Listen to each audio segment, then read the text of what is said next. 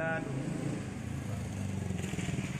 Di sini kami akan mempresentasikan tentang sistem FV dan diperjelaskan oleh adik Latin saya kepada Yosi. Persilakan. Sudah siap? Siap. Terima kasih kepada Bang Dedi yang telah memberi kesempatan ini kepada saya.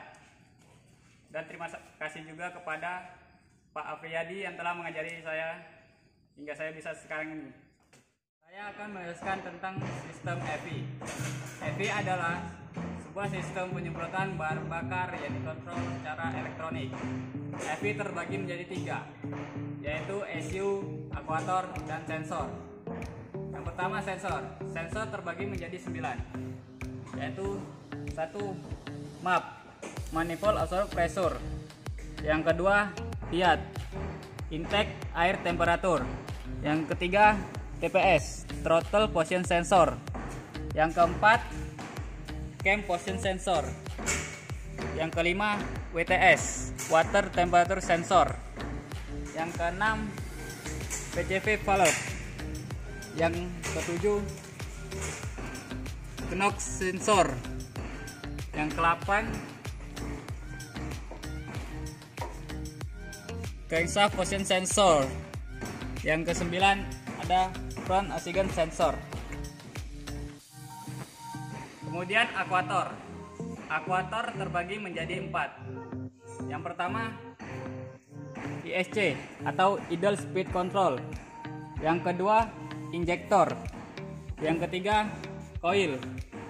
Yang keempat fuel pump.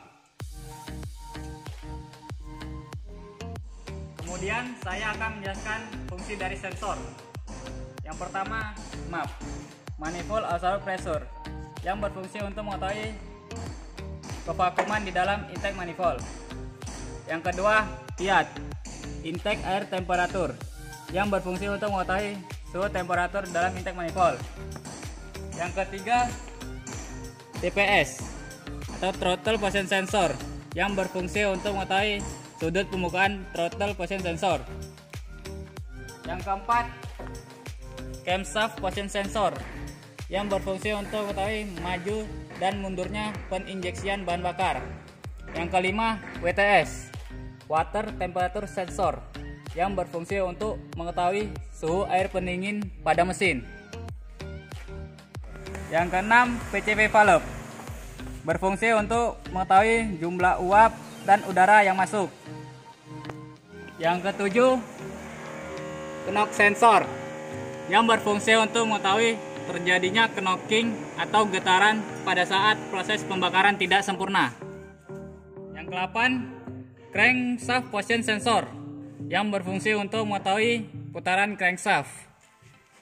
Yang ke-9 ada Front Oxygen Sensor, yang berfungsi untuk mengetahui gas hasil pembakaran.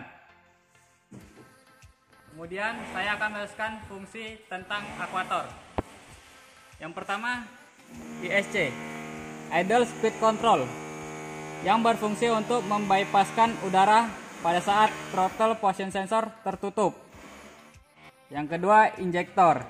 Injektor berfungsi untuk mengabutkan dan menyemprotkan bahan bakar. Yang ketiga coil. Coil berfungsi untuk menaikkan tegangan baterai dari 12 volt menjadi 25.000 volt.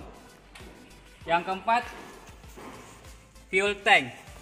Fuel tank berfungsi untuk menyimpan bahan bakar. Di dalam fuel tank terdapat fuel pump, yang berfungsi untuk memompa bahan bakar.